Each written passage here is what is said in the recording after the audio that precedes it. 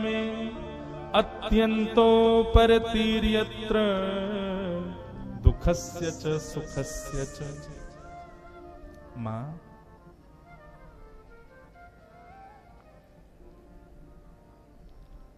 संग दोष आपकी इंद्रियों के असद होने का कारण आपका संग है।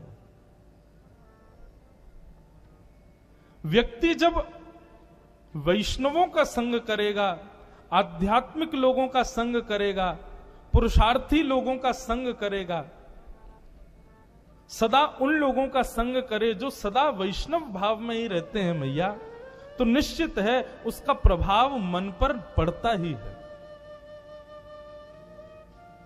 व्यक्ति को अपना संग सुधारना पड़ेगा, संग सुधरेगा तभी मैया उसकी ये सारी इंद्रियां शांत होती चली जाएंगी। आप कहोगे प्रमाण, मनगढ़ंत बातें कर रहे हो केवल व्यासपीठ पर बैठ के, प्रमाण दें? 4 बजे से आप लोग बैठे हो, कथा सुन रहे हो, किसी एक्टर का स्मरण हुआ बीच में? किसी फिल्म का स्मरण हुआ बीच में? समोसा, फाफड़ा, जलेबी किसी का स्मरण हुआ बीच में? संसार की किसी भी स्थिति का स्मरण हुआ बीच में? हुआ होगा, मुझे नहीं, मेरा तो नहीं हुआ। और मुझे ऐसा पता है यहां भले ही 500 लोग बैठे हों, उसमें से 10-15 लोगों को तो बिल्कुल ही नहीं हुआ होगा। बाकी किसी का मैं नहीं कह सकता, सबकी जिम्मेवारी मेरी नहीं है। लेकिन निश्चित है कि संसार के विषयों का जितना स्मरण बाहर हो रहा है, यहां नहीं हो रहा होगा। कहां तक कहें, आदमी ये तक भूल जाता है कि मेरी पत्नी बैठी है, मेरा बेटा भी बैठा है, इतना उन्मुक्त हो जाता है कथा में। सोचो, 3 घंटे की कथा जब विषय से हमको दूर कर सकती है, जीवन भर ही कथा से, सत्संग से युक्त जीवन हो जाए, तो क्या विषयों का स्मरण होगा? नहीं होगा।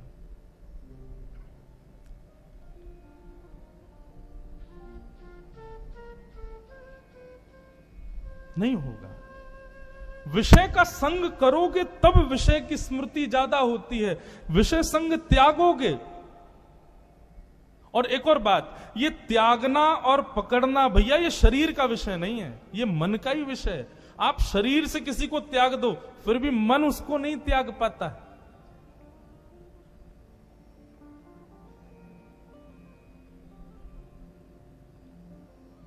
हमारे वृंदावन में अनन्य रसिक स्वामी श्री हरिदास जी महाराज, जिन्होंने श्री वृंदावन बिहारी लाल जी को प्रकट किया,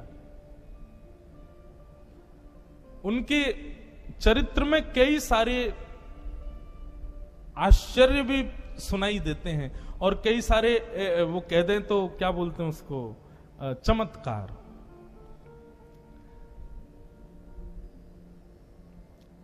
करते नहीं थे वो, अपने आप होते थे। तो एक दीनहीन से ब्राह्मण, उन्होंने बड़ी तपस्या की और तपस्या करके देवताओं से उन्होंने एक पारस मणि प्राप्त की। उनका नाम था दयाल दास। पारस मणि जब उनको मिल गई, तो पारस मणि के बारे में सब जानते हैं कि लोहे से छुबा दो स्वर्ण कर देती है। लेकिन वो ब्राह्मण क्या करते थे, लोहे से छुबाते, उसको स्वर्ण बना के फिर उससे कुछ तो उपभोग करते और कुछ दान पुण्य करते। द्वारिका गए तो वहां जाके कुछ बनवाए आए, बद्रीनाथ गए वहां कुछ करे आए, इस प्रकार दान पुण्य खूब करते थे। लेकिन पता नहीं क्यों उनके मन में शांति नहीं थी अपनी क्रियाओं से। तो एक बार श्री दयाल दास जी महाराज भ्रमण करते करते वृंदावन जब आए, तो स्वामी श्री हरदास जी के चरणों में प्रणाम करते हुए बोले, भगवान मैंने बहुत दान किया, बहुत पुण्य किया, मैंने बहुत संतों की सेवा की, बहुत वैष्णव समाज की सेवा की, मैंने तीर्थों में खूब सारे निर्माण करवाए, आश्रमों के आदि आदि सब कुछ, पर पता नहीं क्यों मेरे मन को शांति नहीं है। स्वामी श्री हरदास जी महाराज बोले, दान पुण्य करने वाला व्यक्ति यदि बखान कर रहा हो तो समझ जाओ कि अभी कर नहीं रहा है, वो दिखावे के लिए कर रहा है। और स्वामी जी तो जानते ही थे सब। उन्होंने कहा, देखो तुम्हारे पास में वो है, एक वस्तु है। बोले हाँ। अभी जाओ और जाकर के यमुना जी में स्नान करके उसको यमुना जी में विसर्जित कराओ, तुम्हारा मन शांत हो जाएगा। अब वो जा तो रहे थे, अब दिक्कत का कारण थी तो पारसमणि ही। जा तो रहे थे लेकिन बार बार घबरा भी रहे थे, कल को चली जाएगी, इससे संत सेवा होती है, इससे ये सब होता है, कैसे होगा। पर स्वामी जी की आज्ञा मान के चले गए, यमुना जी में स्नान किया और पारसमणि को वहीं पधरा दिया। तन से तो त्याग दिया लेकिन मन से नहीं त्याग पाए। मन से सदा उसकी स्मृति बनी रहती थी, उसका चिंतन बना रहता था, और उसका परिणाम यह कि संतों के बीच में रहते हुए भी उनके हृदय में भाव नहीं जग रहे थे। एक दिन पुनश्च रोते हुए स्वामी जी से कहा, अब तो मैंने वो भी कर दिया जो आपने बताया था, लेकिन फिर भी मेरा मन शांत नहीं हो रहा। स्वामी जी बोले, तुमने पारसमणि का त्याग कर दिया कि नहीं, मन से त्यागा कि नहीं? तुम अभी भी मन में उसी का चिंतन करते हो, तुम्हारे मन में अभी भी उसी का अहम रहता है कि मेरे पास पारसमणि थी, मैं ऐसा करता था, ऐसा आज भी होती तो ये कर देता। तुम मार्ग से भी निकलते हो, किसी को देखते हो तो भी तुम्हारे मन में आता, अगर मेरे पे मणि होती तो इसको मैं ऐसा कर देता। तुम कहीं कुछ टूटा हुआ देखते हो तब भी तुम्हारे मन में होता, मणि होती तो इसको भी ठीक करवा देता। हर समय तुम्हारे चिंतन में मणि मणि चलती रहती है। बोले हाँ। बोले जब तक चिंतन से नहीं निकालोगे तब तक तुम शांत नहीं हो पाओगे। सुनो, सामने रज उठाओ। दयाल दास जी ने जैसी रज उठाई और रज उठा करके कहा कि अब हमारे सामने इसको छोड़ दो। उठाई तो रज थी, लेकिन जैसे ही छोड़ी तो जितने कण थे उतनी पारसमणियां प्रकट हो गई, और कहा इसमें से जौन सी तुम्हारी हो ले जाओ। दयाल दास जी के हृदय का मोह दूर हो गया। अब जाकर के हृदय से मणि निकल गई। चरणों में प्रणाम करते हुए कहा, भगवान बड़ी कृपा। बोले अब भजन करो। जब चित्त से मणि का भाव निकला तब दयाल दास जी भजन में प्रवृत्त हुए। हम कई बार किसी वस्तु का त्याग कर देते हैं लेकिन चिंतन उसका नहीं छूटता। धन ऐसा नहीं आना चाहिए, मणि ऐसी नहीं आनी चाहिए जो चिंता प्रकट करे। धन ऐसा कमाओ, मणि ऐसी कमाओ जो चिंतन में लगाए, चिंता में नहीं। श्रीमद् भागवत ऐसी मणि है, वो चिंता से दूर करती है, चिंतन में लगाती है। भजन ऐसी मणि है, वो चिंता से निवृत्त करके चिंतन की ओर प्रविष्ट करती है। साधु संग, वैष्णव संग, भगवत संग, सत्संग ऐसी मणि है, वो चिंतन में हमको लगाती है, वो चिंता में कभी नहीं रहने देती। वैष्णव को कभी चिंता नहीं होती, और चिंता हो रही है तो मतलब वैष्णव नहीं है।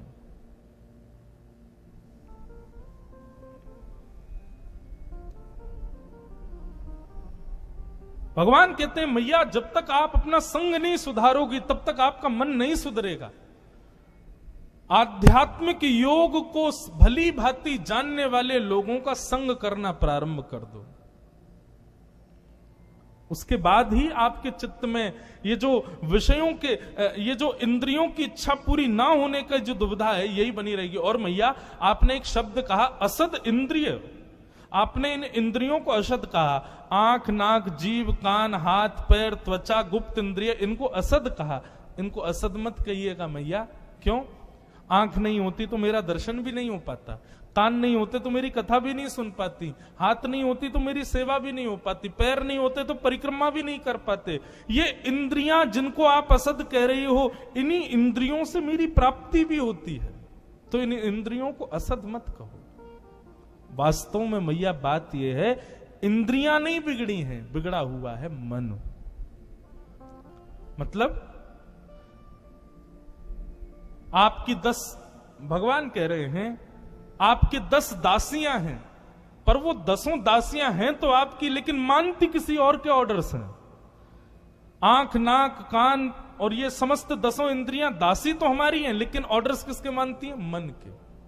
मैया आप इंद्रियों को मत सुधारो, मन को सुधारो। मन सुधर गया तो इंद्रियां अपने आप सुधर जाएंगी। और मन कैसे सुधरेगा? उसको जैसा संग दोगे, जैसा वातावरण दोगे, जैसी अवस्था व्यवस्था दोगे, वैसा मन होता चला जाए। अब लोग बात कहते हैं आप कलरफुल बगलबंदी क्यों नहीं पहनते? मेरा पता नहीं स्वभाव है, मैं ज्यादा चटकदार कपड़े पहन लूं तो मुझसे कथा नहीं होती, मेरे को विचार ही नहीं आते कथा में। ये एक सात्विक भेष है और इस सात्विक भेष में विचार शुद्ध आते हैं, इसलिए सात्विक वस्त्र पहनता हूं। और ये वस्त्र किसी को रिझाने के लिए, इससे कोई रीझता भी नहीं है। ऐसा नहीं है कि कोई बहुत इंप्रेस हो जाता हो इन कपड़ों से। ठाकुर जी जरूर प्रसन्न होते हैं, हाँ वो रीझते। तो ये किसी को रिझाने के लिए नहीं है, तो यहीं पर ही इनकी सांसारिक जो स्थिति है वो नष्ट हो जाती है इन वस्त्रों की। ये आपको या किसी और को रिझाने के लिए नहीं है, ये पहना है क्योंकि इससे सात्विक भाव उत्पन्न होता है और इसको पहन करके हम ठाकुर जी के कुछ हैं ऐसा प्रतीति सी होती है, इसलिए ये वस्त्र धारण किए जाते हैं। इसमें किसी संसार के व्यक्ति के रिजवार की कामना नहीं है, इसलिए ऐसे वस्त्र पहनना भी एक सत्संग है।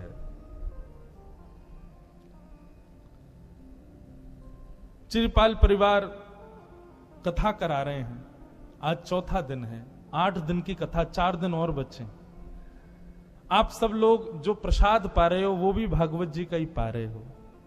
आप लोग भले ही अपने बिजनेस भेष में रहते होंगे, लेकिन 7 दिन से आप सब भी कुर्ता पहन रहे हो, पजामे पहन रहे हो, बढ़िया बिल्कुल सात्विक वस्त्र पहन रहे हो, तो निश्चित है आपकी बुद्धि और मति में पिछले 4 दिन से और अगले 4 दिन तक विचारों की शुद्धि बनी हुई है। इसका मतलब हम जैसे वस्त्र पहनते हैं, जैसा अन्न खाते हैं, जैसा श्रृंगार करते हैं, जैसे यह भी एक संग कहलाता है। इससे भी हमारे मन पर प्रभाव पड़ता है। मैया, इसलिए मन को जैसा वातावरण दोगे, जैसी स्थिति दोगी, मन वैसा होता चला जाएगा। आपको लगता है कि मन बहुत ज्यादा विचलित है, तो मन के संग को सुधारो। स्वामी श्री हरदास जी का भी बात आई, उनका एक और प्रसंग मुझे याद आ रहा है। स्वामी श्री हरदास जी बिहारी जी का कभी कभी 56 भोग लगाते थे। बहुत ध्यान से सुनना, 56 भोग लगाते तो 56 भोग में खीर बनती, रबड़ी बनती, पूड़ी बनती, मालपुआ बनते, सब्जी बनती, जलेबी बनती, सब बनती। लेकिन स्वामी जी ने एक नियम बना दिया था, 56 भोग लगाने के बाद सबसे पहले 56 भोग का प्रथम भाग ब्रजवासियों को बांटते थे, दूसरा भाग ब्रज के गौ माता को बांटते थे, तीसरा भाग ब्रज में रहने वाले संतों को देते थे, चौथा भाग बाहर से आए हुए दर्शनार्थियों को देते थे। स्वयं स्वामी जी क्या पाते थे, स्वामी श्री हरदास जी, तो उनके विषय में वर्णन आता है कि स्वामी जी एक सीख उठाते थे और खीर में उसको डुबोते और खीर से सीख निकाल के जितना सीख में आता उतना पाते थे। किसी ने कहा स्वामी जी ये तो प्रसाद है, प्रसाद तो आप पा सकते हो। बोले प्रसाद बनायो लाला के सुख के लिए बनायो, अपनी जीव के सुख के काज थोड़ी बनायो है। लाला को सुख मिले या हमारे बनायो है, और जीव को जितना चाहिए उतना ले लियो। अरे भैया जीव बड़ी खतरनाक है, या को बढ़िया बढ़िया खवाओगे तो सदैव बढ़िया बढ़िया खावे कोई मन करेगा या को, इसलिए उतने में ही काम चलाते थे। मतलब कितना संयमित जीवन एक वैष्णव का हो जाता है। मैया, मन उतना ज्यादा फिरेगा, उतना ज्यादा विचलित रहेगा जितना ज्यादा उपभोग उससे करवाओगे, इसलिए संयमित रहो और उसके लिए संग सुधारो। मैया ने पूछा मुझे किसका संग करना चाहिए, कुछ गुण बता दीजिए, ऐसे गुण वाले व्यक्ति का मुझे संग करना चाहिए। तब भगवान कहते हैं 5 गुण हैं, नोट कर लो, जिसके अंदर ये 5 गुण हो उसका संग करो। और भगवान कपिल कह रहे हैं कि तितिक्षवः कारुणिका श्लुहृदय सर्वदेहिनां अजात शत्रवः शांता साधवः साधुभूषणा। तितिक्षवः कारुणिका श्लुहृदः सर्वदेहिनां। बहुत ध्यान से सुनिएगा। और इन लक्षणों को सुनकर के जरा आसपास के लोगों को देखना, किसी में है ये लक्षण? सबसे पहला तितिक्षुता। तितिक्षुता मतलब सहनशीलता। मां, हम जिसका संग करें उसमें सहनशीलता होनी चाहिए। अच्छा, किसी के सहनशीलता का पैरामीटर नापना हो तो कैसे पता करोगे बताओ? उसके एक आध अवगुण जाके उसके मुंह पे बोल दो, तुम ना बहुत लोभी लगते हो हमको, बस तुम्हारे ना रूप में से काम झलकता है। दो चार बातें उसकी ऐसी बोल, आप अपनी भाषा में बोलना, मेरी भाषा में मत बोल देना, नहीं तो क्या पता गुस्सा ही नहीं आए।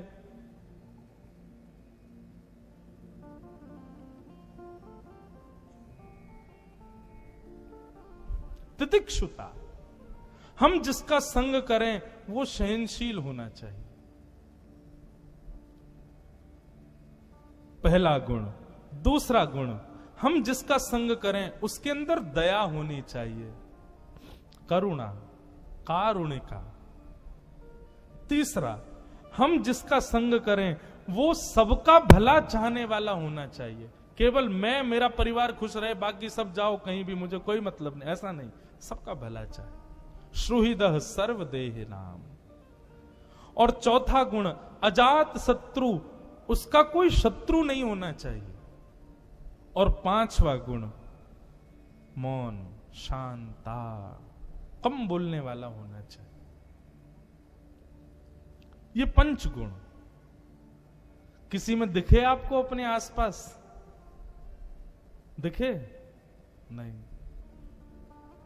क्यों? क्योंकि हम में ही नहीं है, तो फिर दूसरों में कहां से होगा? आप दूसरों को देख रहे थे, जब मैंने बोला कि अगल बगल में देखो, आपने खुद से पूछा इनमें से पांचों में से एक भी गुण मेरे भीतर है? सहनशीलता, क्या हम सहनशील हैं? नहीं।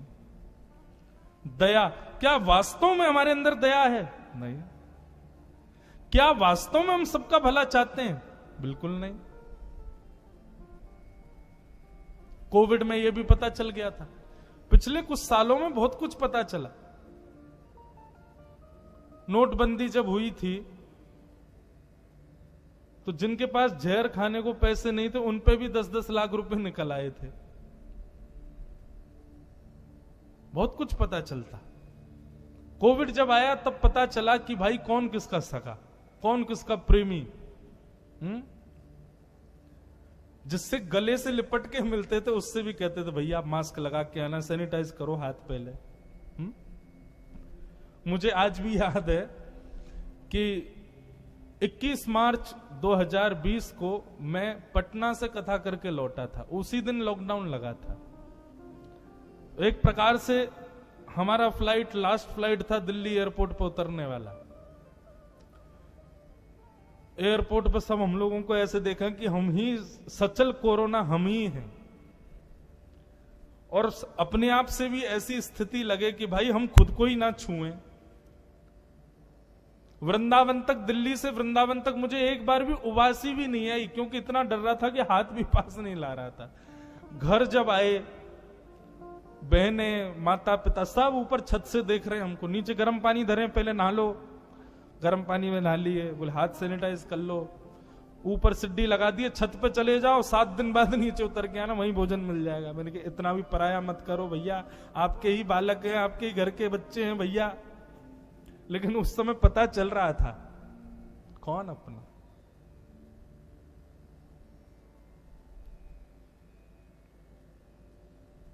तो श्रुहिदः सर्वदेहि नाम, सबका भला चाहने वाला हो, सहनशील हो, दयावंत हो, सबका भला चाहने वाला हो, उसका कोई शत्रु ना हो, और पांचवा वो शांत रहता हो। बंधुओं, मैंने कुछ कथाओं के बाद में ये एनालाइज किया कि ये गुण मुझे किसी में नहीं मिले। और क्यों? क्योंकि ये गुण हमारे अंदर भी नहीं है। लेकिन भगवान कपिल यहां कह रहे हैं कि मन को यदि एकाग्र करना है, इंद्रियों को संभालना है मैया, तो ये पंच गुण तो किसी ना किसी रूप में आपसे इनका स्पर्श होना चाहिए। तो क्यों ना इन पंच गुणों को हम ही लेके आए अपने अंदर। हम दूसरे से अपेक्षा क्यों कर रहे हैं कि उसमें होगा तो हम उसका संग करें, खुद में लाओ। और एक और बात, इन पंच गुणों को आप कैसे लाएं, इस पर भी थोड़ा एनालाइज ऐसा किया कि अगर हम नीचे से प्रारंभ करें तो ये गुण हमारे भीतर आ सकते हैं। जैसे पहला गुण बताया सहनशीलता, फिर बताया दया, सबका भला, फिर अजात शत्रु और फिर शांत। यदि नीचे से शुरू करोगे मतलब पहले शांत रहना शुरू करो, मौन रहना प्रारंभ करो, कम बोलना प्रारंभ करो। निश्चित है आप कम बोलोगे तो संस्कृत का एक सूत्र है, मौने च कलहो नास्ति। जो व्यक्ति बहुत मौन रहता है उसका कभी कलह नहीं होता, उसकी कभी लड़ाई नहीं होती। क्यों? मौन ही बैठा है तो लड़ाई क्यों होगी? लड़ाई ज्यादा उन्हीं की होती जो बोलते बहुत हैं, बहुत चलपिक लोग। मौन रहो। तो नीचे से प्रारंभ करो, मौन रहना प्रारंभ करो। आप मौन रहना शुरू करो, अपने आप अजात शत्रु, आपका कोई शत्रु होगा ही नहीं। और जब अजात शत्रु बन जाओगे, किसी से शत्रुता नहीं होगी, किसी से बैर नहीं होगा, तो फिर तीसरा लक्षण, सबका भला अपने आप चाहोगे। और जब सबका भला चाहोगे तो जरूरी है कि दया तो आ ही जाएगी। और जब शांत हो जाओगे, अजात शत्रु हो जाओगे, सबका भला चाहोगे, दया करने लगोगे, तो सहनशील भी बन जाओगे। ये पंच गुण। मां, ये पंच गुण जिस दिन जीवन में आ जाएंगे उस दिन आपकी इंद्रियां शांत नहीं प्रशांत हो जाएंगी। जो मिलेगा आप स्वीकार करोगे, फिर कोई इच्छा नहीं रह जाएगी हृदय में कि मुझे ऐसा ही चाहिए, ये नहीं मिला तो मैं परेशान। कोई व्यक्ति सुबह सुबह रो रहा था, रो नहीं रहा था मतलब चेहरे से दुखी था। पूछा, भाई क्यों दुखी हो? अरे क्या करें, घर में तकिया बढ़िया थी, यहां की तकिया थोड़ी भारी सी, गले में थोड़ी वो आ गई है अकड़न सी, इसी बात से दुखी है। क्यों दुखी हो? बोले आज हमारे रसोईया ने दाल में थोड़ा सा नमक कम डाला, इसीलिए दुखी है कि भोजन बढ़िया नहीं बना, इसीलिए दुखी है। छोटी छोटी बातों पर ही दुखी है। लेकिन ये पंच गुण जिस दिन आ जाएंगे अपने आप समत्व आने लग जाएगा। छोटी छोटी बातों को आप अपने आप लेट गो करोगे, नजरअंदाज करोगे, उस पर दुखी नहीं रहोगे, अपने आप व्यवस्थित होगा जीवन। मां, इसलिए ये पंच गुण, इन पंच गुणों के बीच में मन को रखना बहुत आवश्यक है। और किसी में ढूंढने की अपेक्षा अपने भीतर लाओ। भगवान कपिल के इस भाव को सुनकर के माता देवहूति प्रसन्न हो गई।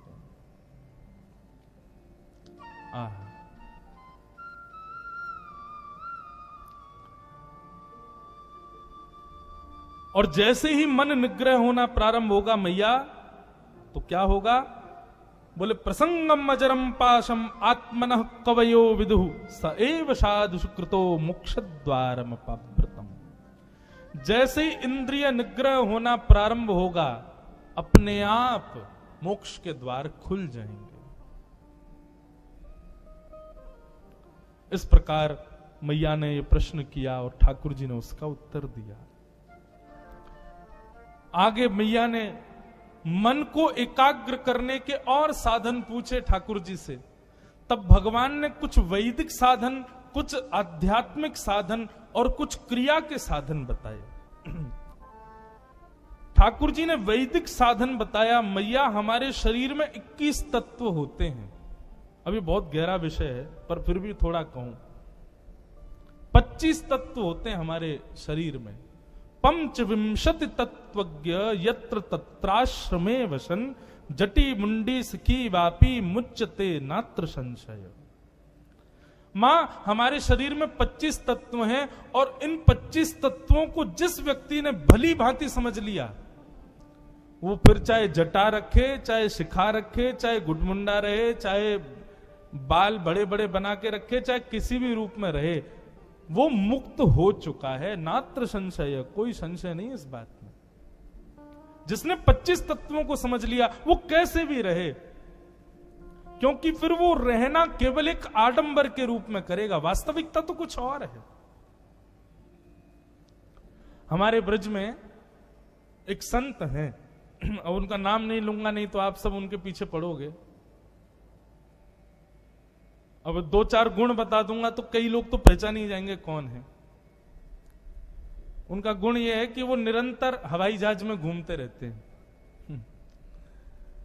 उनका काम ही यही है, उनकी साधना का क्रम ही यही है। एवरी डे, हर दिन हवाई जहाज में जाते हैं, बिजनेस क्लास में ही जाते हैं, एक झोला में ही जाते हैं, और केवल धोती और एक कपड़ा ही पहनते हैं बस।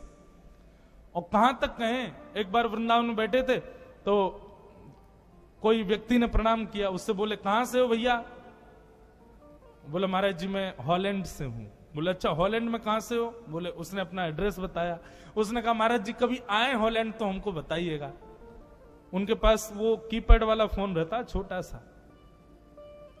अब वो व्यक्ति भारत से चला गया तो हांगकांग, और बाबा पहुंच गए हॉलैंड। उसके घर के बाहर जाके फोन किया, कहां हो भैया तुम? बोले बाबा मैं तो हांगकांग में हूं। बोले हम तुम्हारे घर के बाहर खड़े हैं। बोले अरे, उस व्यक्ति ने अपने फोन में सीसीटीवी कैमरा खोल के देखा तो बाबा बाहर ही खड़े थे। बोले महाराज जी मैं तो घर पे हूं ही नहीं। बोले कोई नहीं, मेरी 2 घंटे में फ्लाइट है, अमेरिका जा रहा हूं। बोले आप अमेरिका से कब लौटोगे? बोले अमेरिका पहुंचूंगा, 4 घंटे बाद फिर भारत की फ्लाइट है। बोले अमेरिका जा क्यों रहे हो? बोले लघु शंका करने। ऐसे महात्मा, वो है महात्मा। लेकिन अब ये एक अंतरंग बात है, फिर भी मैं मंच से कह देता हूं, आप कभी भी उनसे पूछोगे वो हमेशा उल्टा जवाब देंगे आपको। उनसे कहोगे महाराज जी आप इतना हवाई जहाज में क्यों घूमते हो? तो कहेंगे परियों को देखने आता हूं आकाश में। उनसे कहो महाराज जी इतना पैसा कहां से आया आपके पास? बोले कुबेर मेरा चेला है, मेरे पास ही बैठा रहा। हमेशा उल्टा जवाब देते हैं, कभी भी ये नहीं बताते कि मैं साधना कैसे करता हूं। इसको कहते हैं अंतर्निष्ठ भक्ति, अपनी भक्ति को छुपाना। एक बार कहीं कथा में गए तो कथा में उनसे कहा कि महाराज जी कुछ प्रवचन करो। तो माइक लेते ही बोले मैं एक श्लोक सुनाऊंगा, बस एक श्लोक ही कहूंगा, उसके बाद मुझे जाना है। तो कहा महाराज जी आप वो श्लोक ही सुना दो। तो श्लोक क्या सुनाया? आपके दिल ने हमें आवाज दी और हम आ गए, हमको ले आई मोहब्बत आपकी, हम आ गए। मैंने कहा महाराज जी ये श्लोक है? बोले हाँ ये श्लोक है। कैसे है? मतलब अपने स्वभाव को छुपाते हैं, अपनी भक्ति को छुपाते हैं, अपनी योग्यताओं को छुपाते हैं। उनको देख करके कोई सामान्य साधारण व्यक्ति को तो लगेगा अरे ये बाबा के रूप में कौन घूम रहे हैं, लेकिन असलियत कोई पहचान ही नहीं पाया कि वो छुपाते हैं। वो ऐसा दिखाते हैं कि वो बहुत सांसारी हैं, लेकिन अंदर से पूर्ण भक्ति भाव में रहते हैं।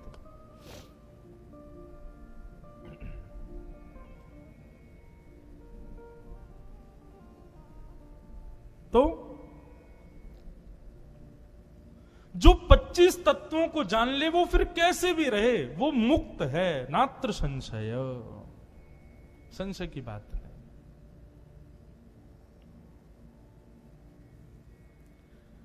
लेकिन भगवान ने फिर यहां पर अष्टांग योग बताया।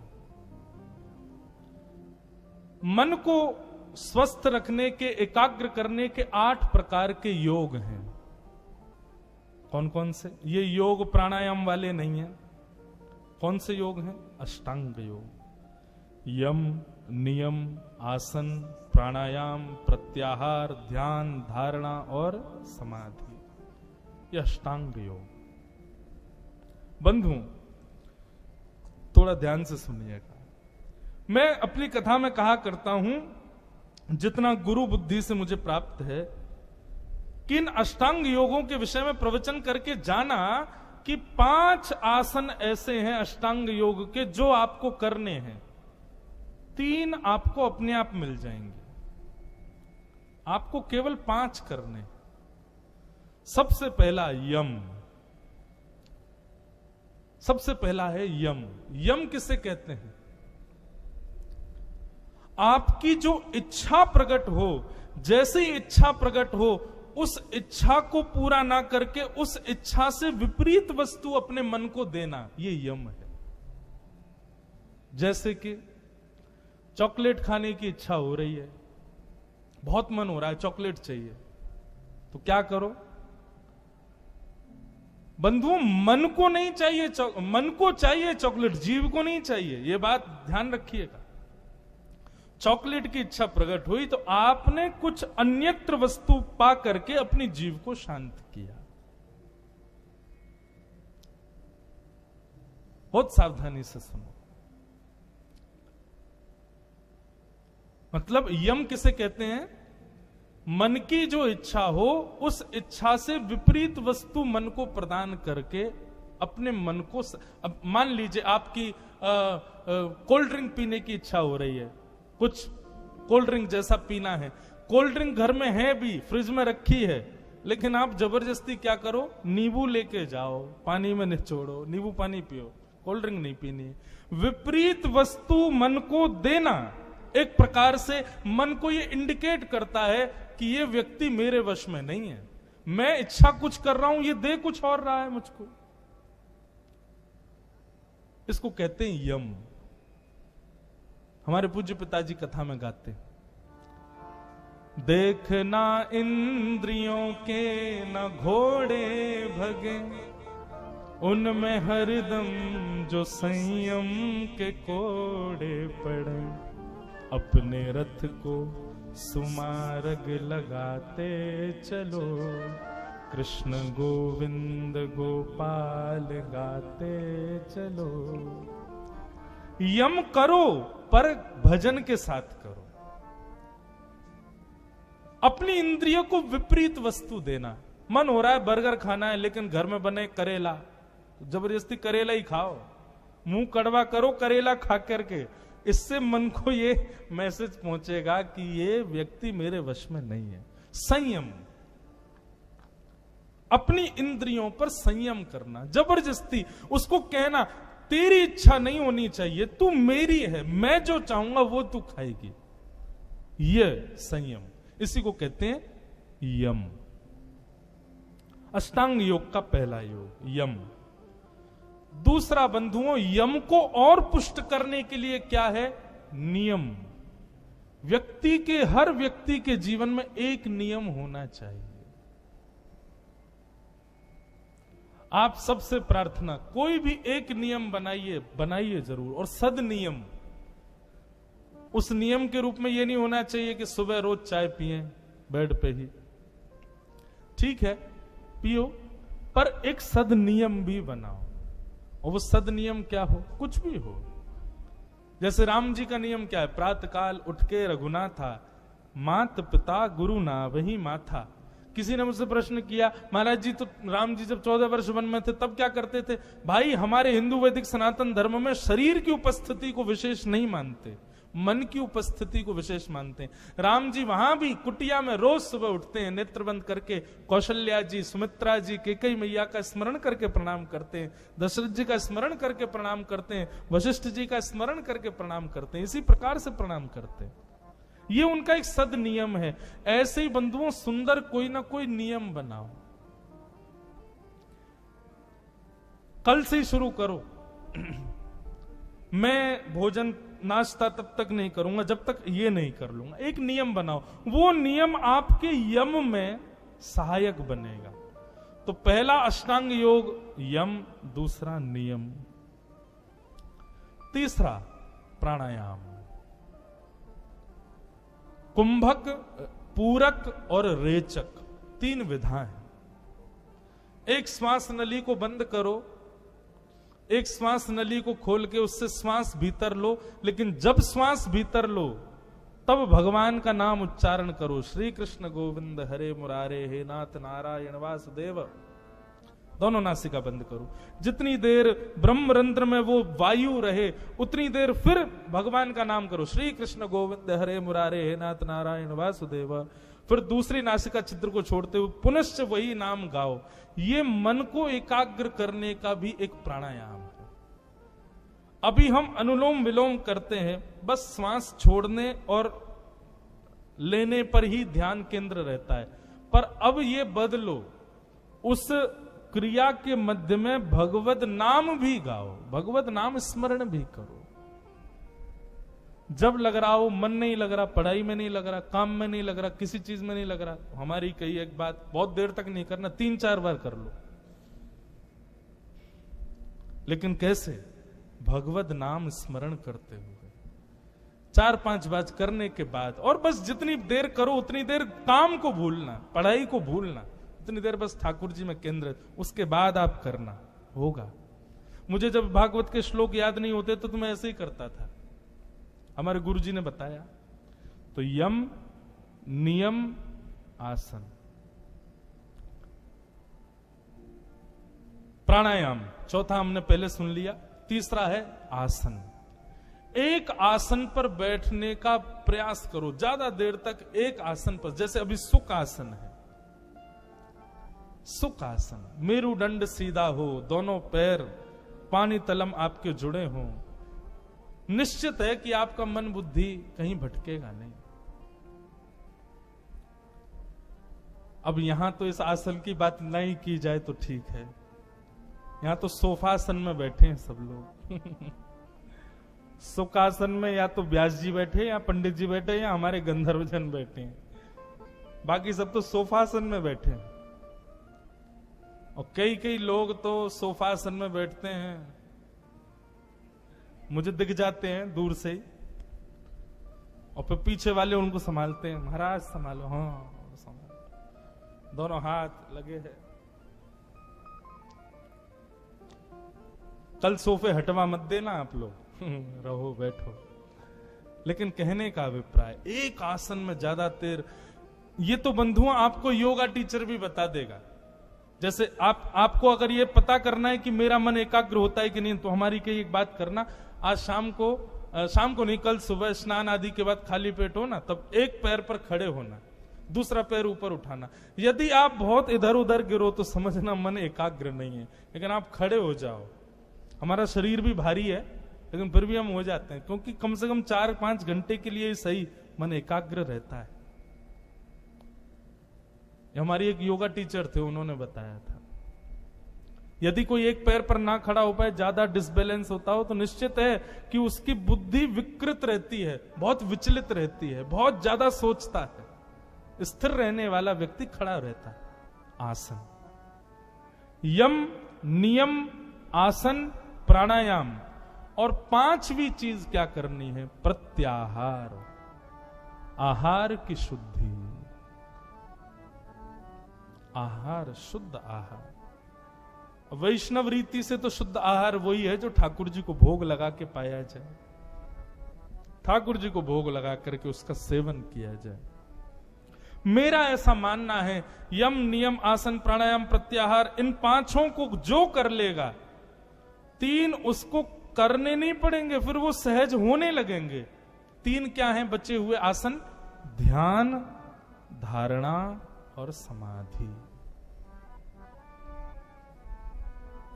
निश्चित है यदि इन 5 में आप परिपक्व नहीं हो, आप ध्यान नहीं लगा पाओगे।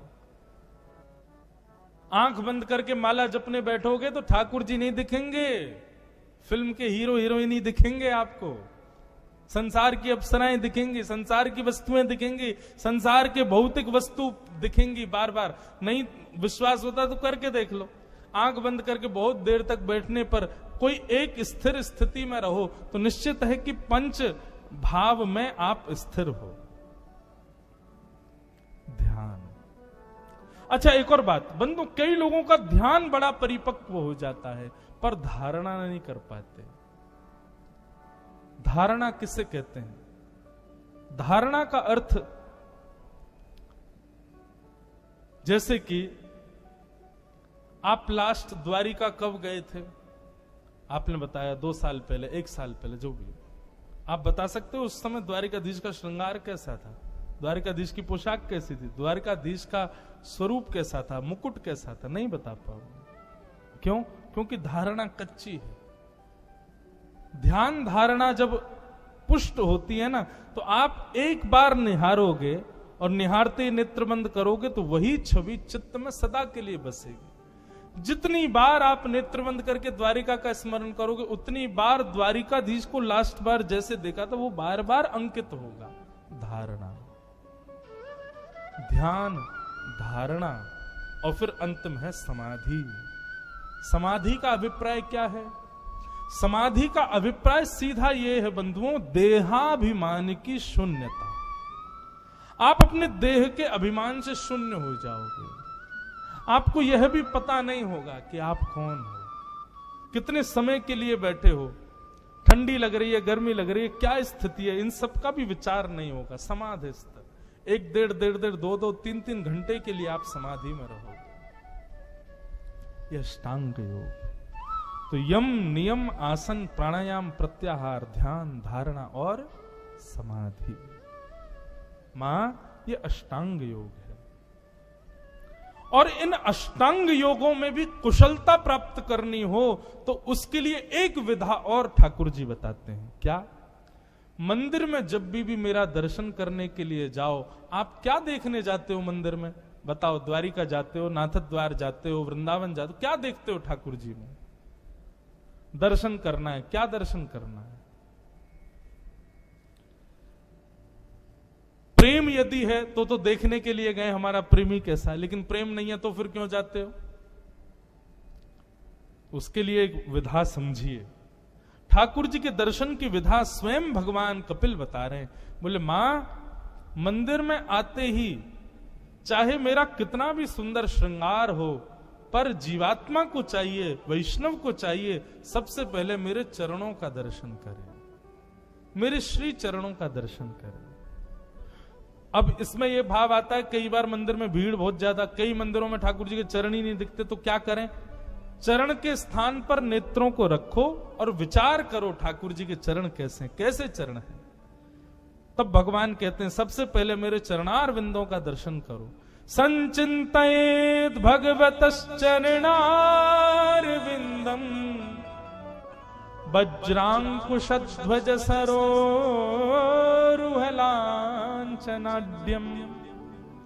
उत्तुंग रक्त विलसन नख चक्रवाल ज्योत्स्ना विराहत महद हृदयांधकारम।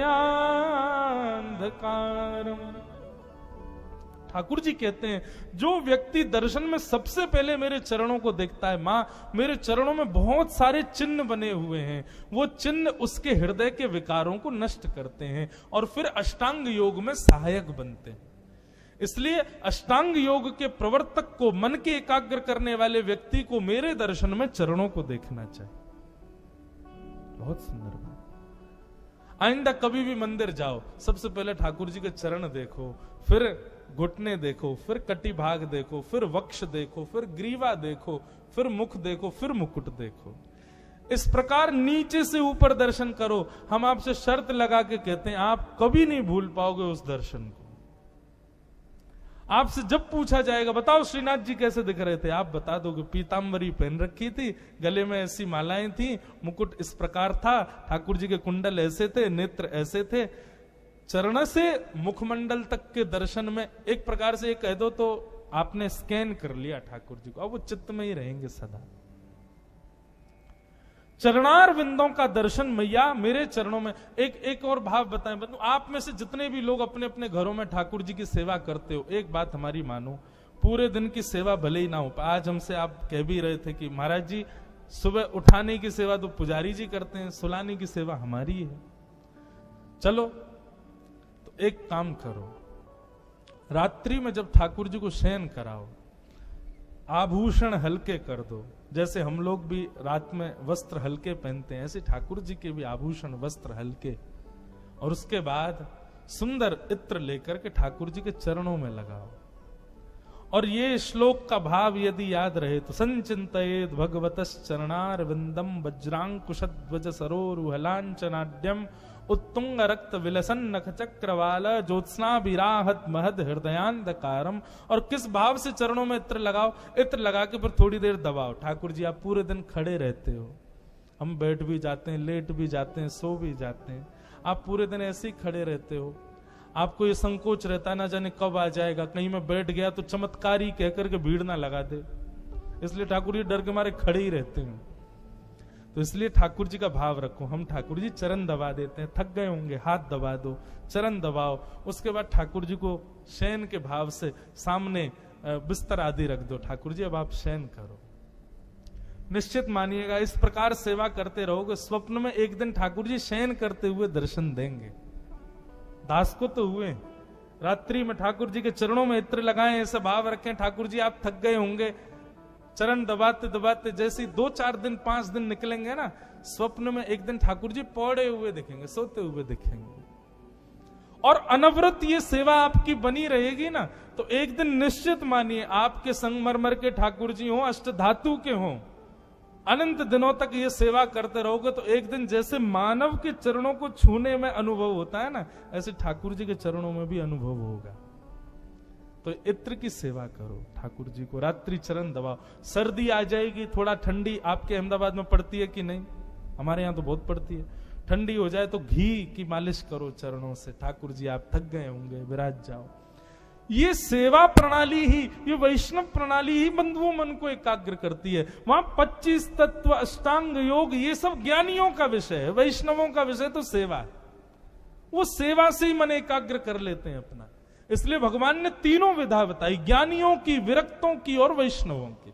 वैष्णवों को क्या करना है? बोले मेरे चरणों का स्मरण करना है, दास बन जाए, बस दासत्व मेरे चरणों का स्वीकार करें, उसी से ही कल्याण हो जाए, उसी से उसका मन एकाग्र हो जाए।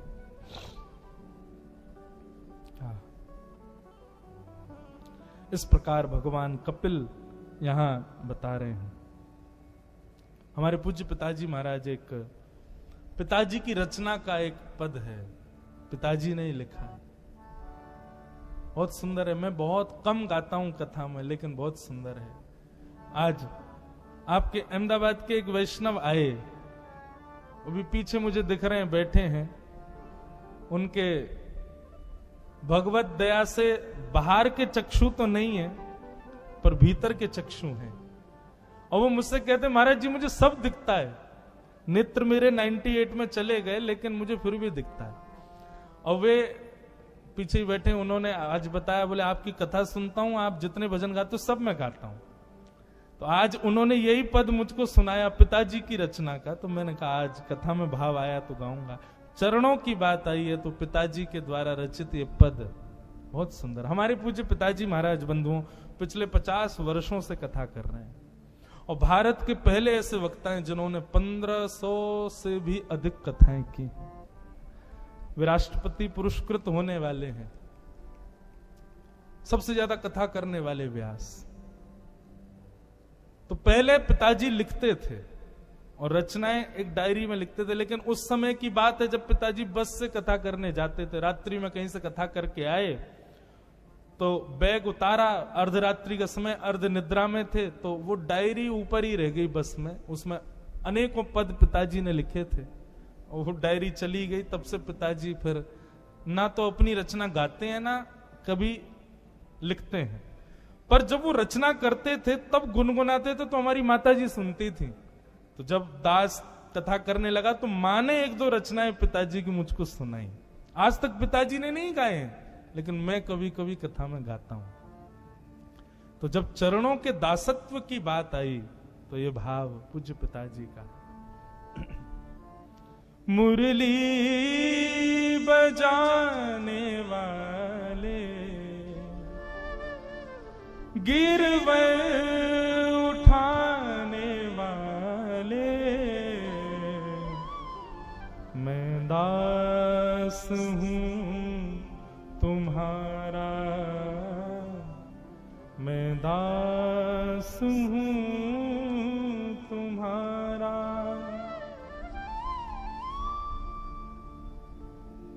ढूंढ लिया जग सारा मैंने, दर्शना तेरा पाया।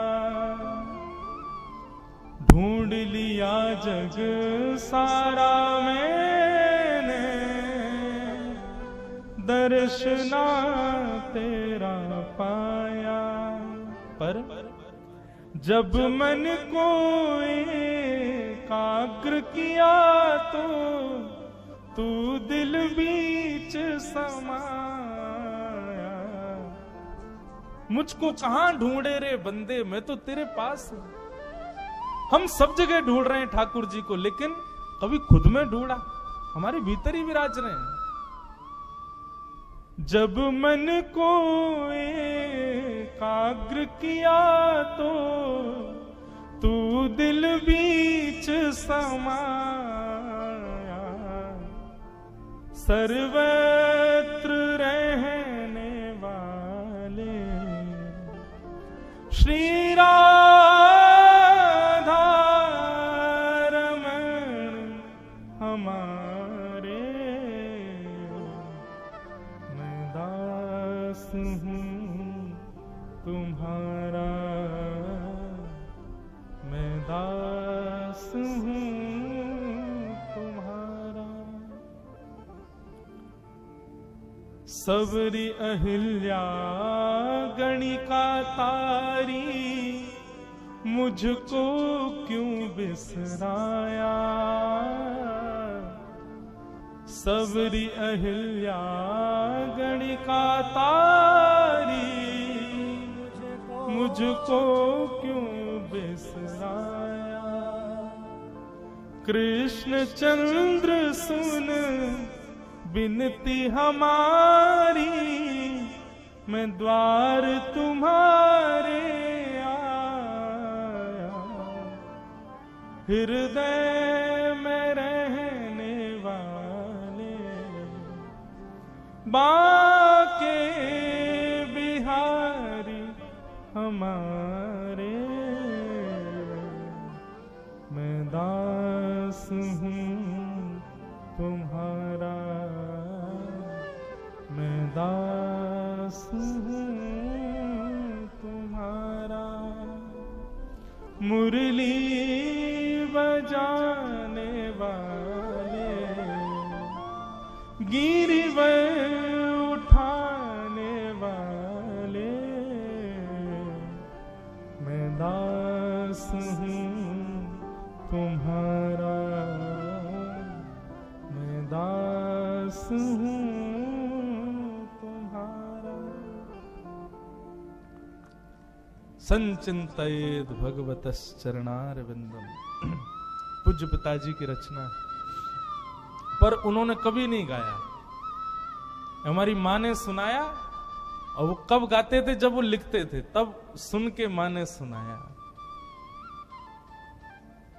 आज भी मैं गाता हूं, वो सुनते हैं तो फिर भावुक हो जाते हैं। पर कितना सुंदर भाव, ये कोई वक्ता ही लिख सकता है। ढूंढ लिया जग सारा, मैंने दर्शन तेरा पाया। हम क्यों सीख रहे हैं बंधुओं? क्या सीख रहे हैं कथा से? भगवत मिलन हो, लेकिन बाहर नहीं होगा, खुद में ही होगा। वो सदा हमारे संग हैं, सदा हमारे पास हैं। श्रीमद् भागवत बंधुओं दर्पण है। जैसे दर्पण हमारा प्रतिबिंब दिखाती है ना, श्रीमद् भागवत ज्ञान रूपी दर्पण है। इस दर्पण में जब देखोगे तो सदा अपने हृदय में श्री कृष्ण को पाओगे, अपने ही भीतर ठाकुर जी का दर्शन करोगे।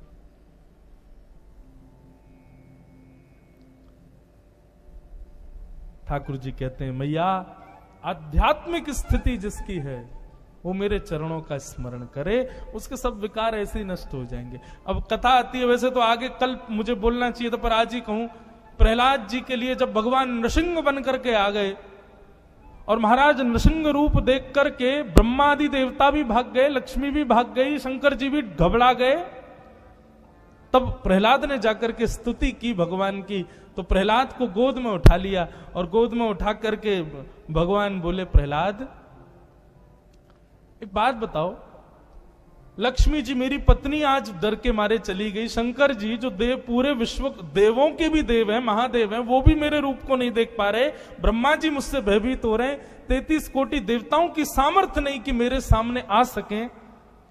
तुमको मुझे देख करके डर नहीं लग रहा? तुम इतने छोटे से बालक हो, तुमको भय क्यों नहीं लग रहा?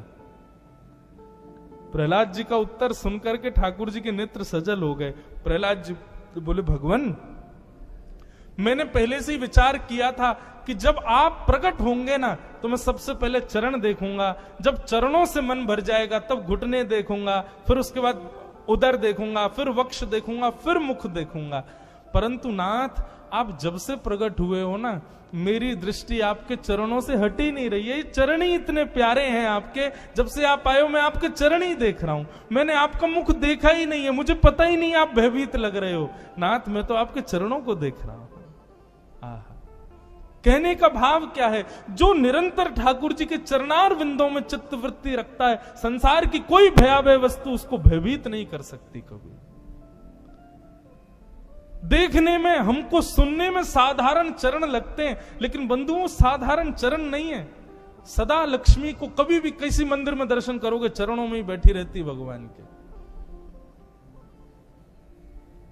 इसलिए ठाकुर जी कहते हैं अष्टांग योग 25 तत्व आदि आदि मैया सब एक तरफ और मेरे चरणों का आश्रय एक तरफ।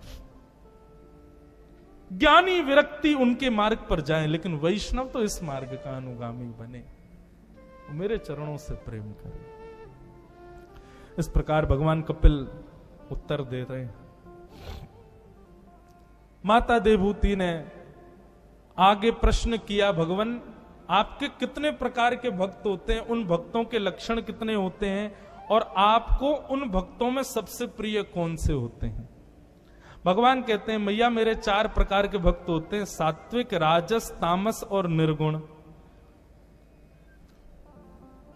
इन चारों भक्तों के भी 2-2 लक्षण हैं, परंतु मैया वो तो मैं कल सुबह 9 बजे से सुनाऊंगा आपको, तो इसलिए कल बंधुओं कथा का विश्राम है। कल कथा में कृष्ण जन्म होगा और कल ग्रहण है, इसलिए कथा सुबह 9 बजे होगी। तो आप सब लोग समय का ध्यान रखना, जल्दी कल सब अपने नाश्ता पानी करके 8:30 बजे यहाँ विराजमान हो जाना। धूप रहती है, सुबह थोड़ी ज्यादा ना हो जाए, इसलिए हम समय से कथा प्रारंभ करके समय से पूर्ण कर देंगे। उसी भाव से कल कथा का क्रम रखा जाएगा। आप सब लोगों को बहुत बहुत जय श्री कृष्ण, जय सिया राम, जय श्रीमन नारायण। भजो मुकुंद माधव मुरारी, भजो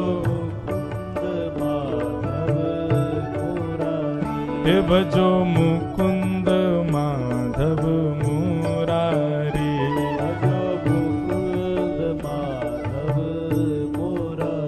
हे भजो माधव केशव गिरधारी, भजो माधव केशव गिरधारी, हे गिरधारी बनवारी,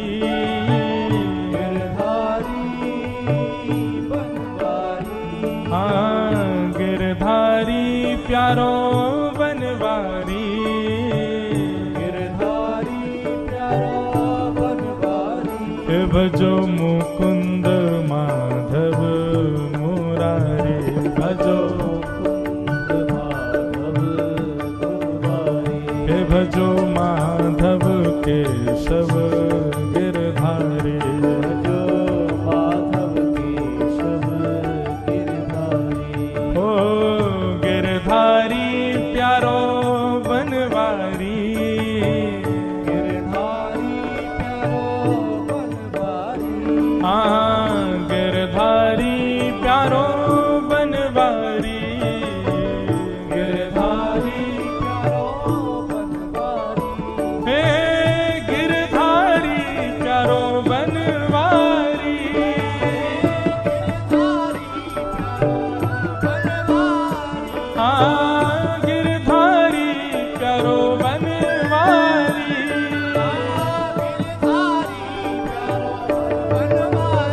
भजो मुकुंद माधव मुरारी, भजो मुकुंद माधव, करताल बजा के गाओ, भजो मुकुंद माधव मुरारी, भजो मुकुंद माधव मुरारी, हे भजो माधव केशव गिरधारी, भजो माधव केशव, हे भजो माधव केशव गिरधारी, जय जय श्री राम, जय जय श्री राम, जय जय श्री राम। की जय।